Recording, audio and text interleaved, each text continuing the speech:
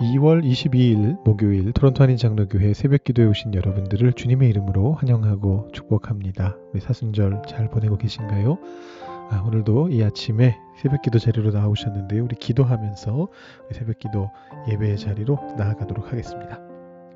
하나님 감사합니다. 오늘도 우리를 이곳으로 인도하시고 하나님 앞에서 기도할 수 있도록 우리의 머리를 숙이게 하시니 감사합니다.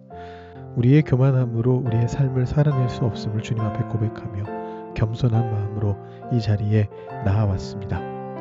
우리가 사람들과 대화하며 하루를 살아가는 동안에 주님께서 우리에게 지혜를 허락해 주시지 않으면 그 삶을 온전히 주님의 제자로서 살아낼 수 없음을 주님 앞에 고백하며 우리가 이 자리에 나아왔습니다.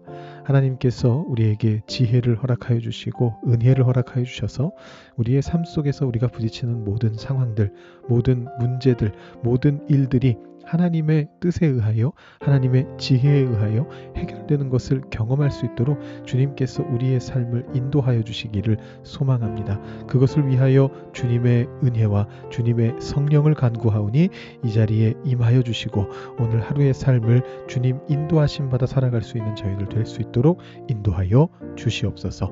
감사드리며 예수님의 이름으로 기도드립니다. 아멘. 오늘 우리에게 주시는 하나님의 말씀은 구약성경 욥기 18장 1절부터 21절까지의 말씀입니다. 욥기 18장 1절부터 21절까지의 말씀을 봉독하도록 하시겠습니다. 수아 사람 빌닷이 대답하여 이르되 너희가 어느 때에 가서 말의 끝을 맺겠느냐 깨달으라. 그 후에야 우리가 말하리라. 어찌하여 우리를 짐승으로 여기며 부정하게 보느냐. 울분을 터뜨리며 자기 자신을 찢는 사람아, 너 때문에 땅이 버림을 받겠느냐. 바위가 그 자리에서 옮겨지겠느냐. 악인의 빛은 꺼지고 그의 불꽃은 빛나지 않을 것이요 그의 장막 안의 빛은 어두워지고 그 위에 등불은 꺼질 것이요 그의 활기찬 걸음이 피곤하여지고 그가 마련한 꾀에 스스로 빠질 것이니 이는 그의 발이 그물에 빠지고 올가미에 걸려들며 그의 발뒤꿈치는 덫에 치이고 그의 몸은 올무에 얽힐 것이며 그를 잡을 덫이 땅에 숨겨져 있고 그를 빠뜨릴 함정이 길목에 있으며 무서운 것이 사방에서 그를 놀라게 하고 그 뒤를 쫓아갈 것이며 그의 힘은 기근으로 말미암아 쇠하고 그 곁에는 재앙이 기다릴 것이며 질병이 그의 피부를 삼키리니 곧 사망의 장자가 그의 지체를 먹을 것이며 그가 의지하던 것들이 장막에서 뽑히며 그는 공포의 왕에게로 잡혀가고 그에게 속하지 않은 자가 그의 장막에 거하리니 유황이 그의 처소에 뿌려질 것이며 밑으로 그의 뿌리가 마르고 위로는 그의 가지가 시들 것이며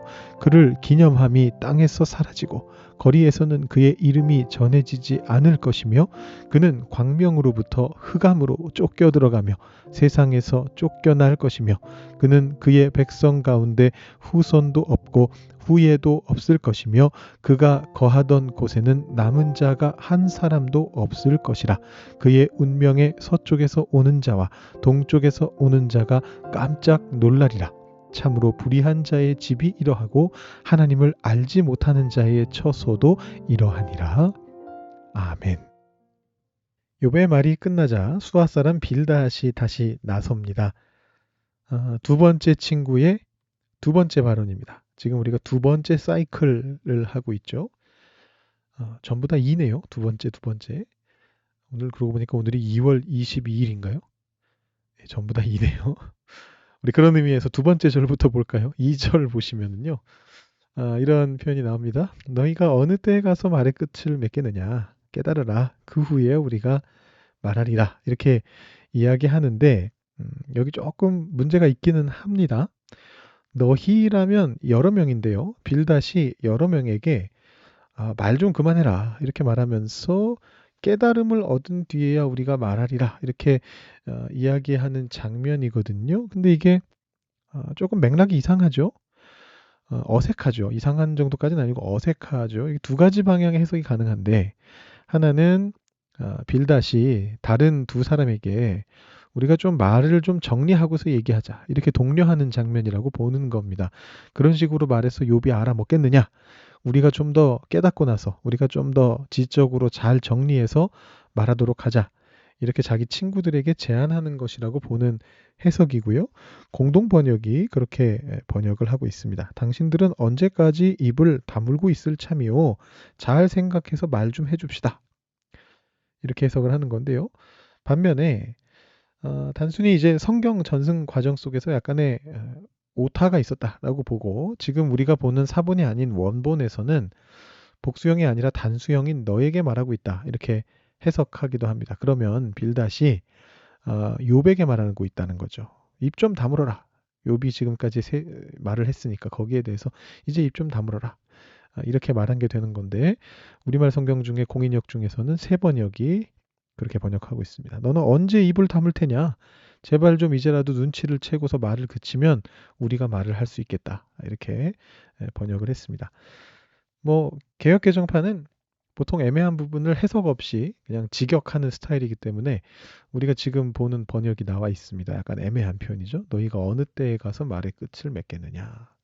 근데 뭐 어느 쪽으로 해석하든지 크게 중요하진 않은데요. 이게 뭐 성경의 전승 과정에서 흔하게 벌어지는 그런 사례인데 제 개인적인 생각으로는 뭐 다 가능성이 있는데요. 글의 맥락과 흐름으로 봐서는 이게 요백에 지적하는 것으로 보는 게 그러니까 세번역처럼 마지막에 알려드린 세번역처럼 보는 게 조금 자연스럽긴 하죠. 요백에 욥이 말을 하고 있으니까 이제 좀 그만하고 좀 다물어라 이렇게 이야기하는 게 아닌가 이렇게 생각해 볼 수가 있습니다. 자, 지금 대화가 점점 더 충돌 양상으로 임계점을 향해서 가고 있습니다. 쉽게 표현해서 강대 강으로 대치하고 있습니다. 최근에 우리 모국인 대한민국에서 지금 뭐 들으신 분들도 계실지 모르겠는데 정부하고 의사하고 강대강으로 대치 중입니다. 서로 그냥 막강하게 서로의 입장을 막 강하게 얘기하고 있습니다. 뭐 이 자리에서 뭐 어느 쪽이 옳은지 아니면 뭐 둘 다 잘못했는지 뭐 그런 거를 뭐 정치적으로 해석할 일은 아니고요. 다만 이제 그 알려주고 있는 그런 기사들을 읽고 있다 보면 서로가 아주 극단적인 언어를 쓰는 걸 볼 수가 있습니다.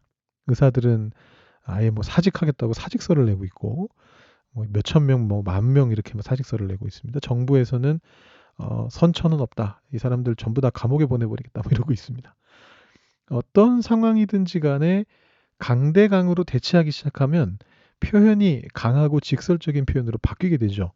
우리가 그저께 하고 어제 16, 17장의 욥의 발언을 통해서 욥의 표현이 아주 강해지고 있다라는 걸 봤습니다. 친구들의 말을 조롱이라고 생각하면서 그렇게 비판하고 비난했죠.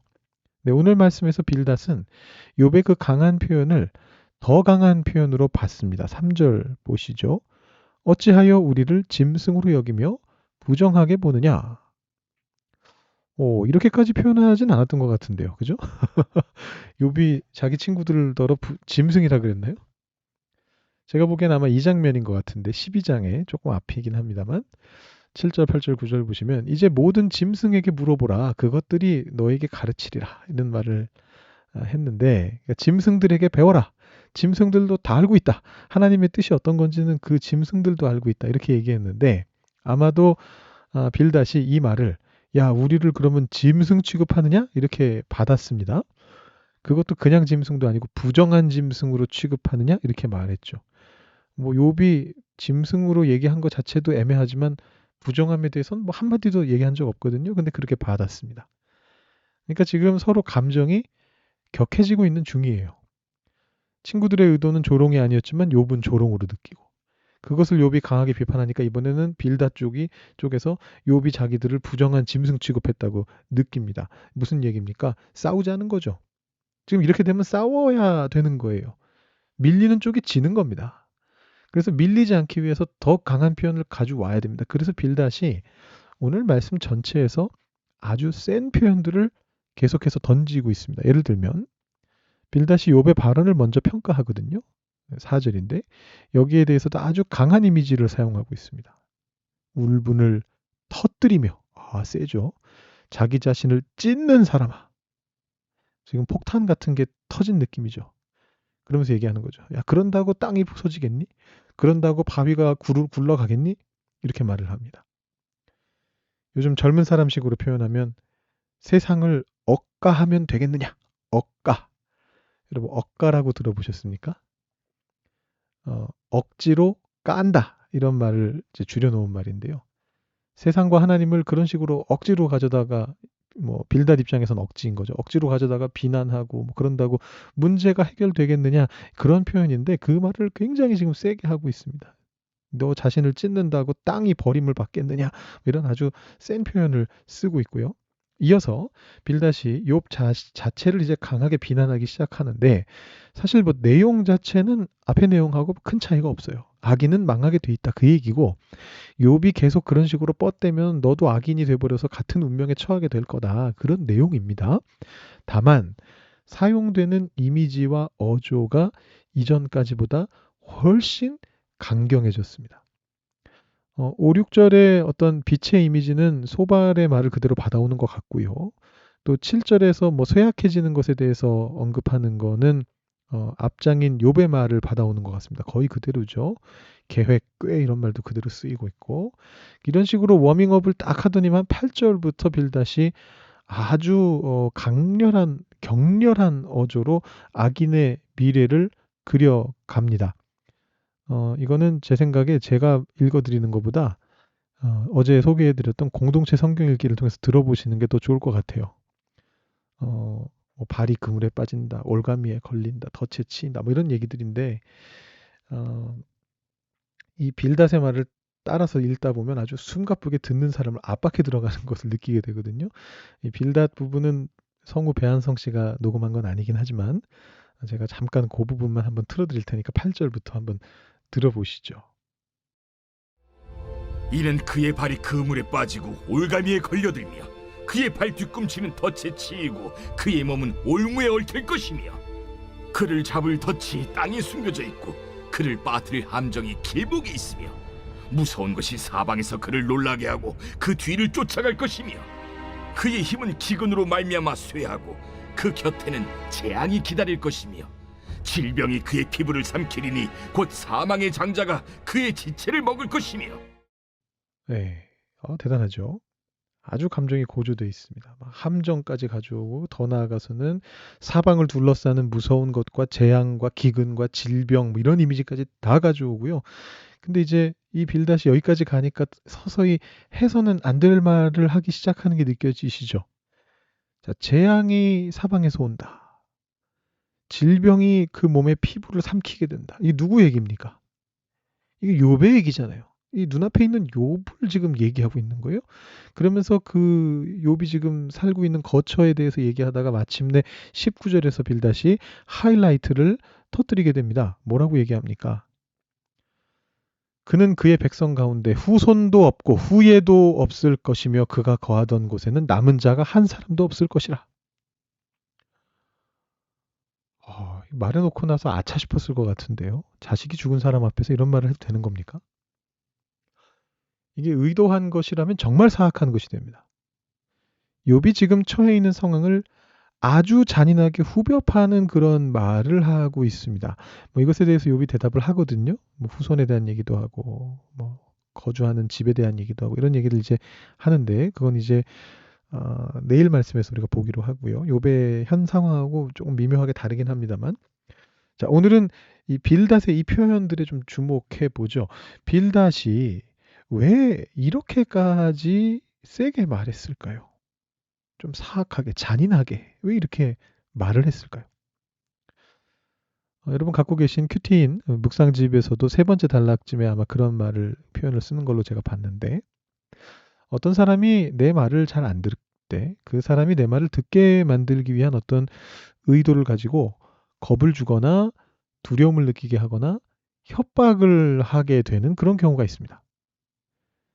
뭐 협박이라는 표현까지 쓰면 너무 강한 표현으로 인식되시기는 할 텐데 뭐 내가 뭐 남을 내가 언제 뭐 협박까지 했나 이런 생각이 드실 수가 있는데 그 앞에 표현만 생각해 보시면 겁을 준다던가 두려움을 준다던가 그 정도라면 사실 우리들도 가끔 그런 태도를 취하게 될 때가 있죠. 어떤 사람이 내 말을 너무 안 듣는데 내가 보기에는 그렇게 하면 안 되는데 아무리 설득해도 안 될 때 약간 좀 협박하듯이 얘기할 때가 있단 말이에요. 근데 그런 태도가 옳은가 질문해 볼 수 있어야 되죠. 야, 내가 볼 때 너 그런 선택을 하면 나중에 후회하게 돼. 더 나아가서 큰일 날 거야. 야, 죽을 수도 있어. 너 돈 다 잃을 거야. 너 그러다가 네 신앙 다 망가져. 이런 말 자체가 사실상 언어 폭력이죠. 정말 말을 안 듣기 때문에 나도 모르게 그런 다급한 마음으로 그런 말이 나올 수는 있습니다만, 그럼에도 불구하고 좋은 대화의 태도는 아닙니다. 요즘 가스라이팅이라는 말이 유행하는데, 이런 식으로 뭐 의도적이지 않다 할지라도 위협을 가해가지고 어떤 사람이 스스로 판단하지 못하고 그 말을 듣는 자기에게 의존하게 만드는 그런 식의 방식을 가스라이팅이라고 하는데, 안 좋은 거죠. 아무리 내 생각이 옳은 것처럼 느껴지더라도, 아무리 내 생각이 하나님의 생각과 같다고 생각되더라도, 아무리 상대방이 나보다 신앙이 약하거나 나이가 어리거나 인생 경험이 짧은 것처럼 느껴진다 하더라도, 우리는 대화를 하고 설득을 할 때 그 상대방을 나와 동일한 인격체이자 하나님이 사랑하시는 존재라고 생각하고 받아들이면서 대화를 해야 하는 것입니다. 이것이 하나님이 우리에게 주시는 대화의 원리입니다.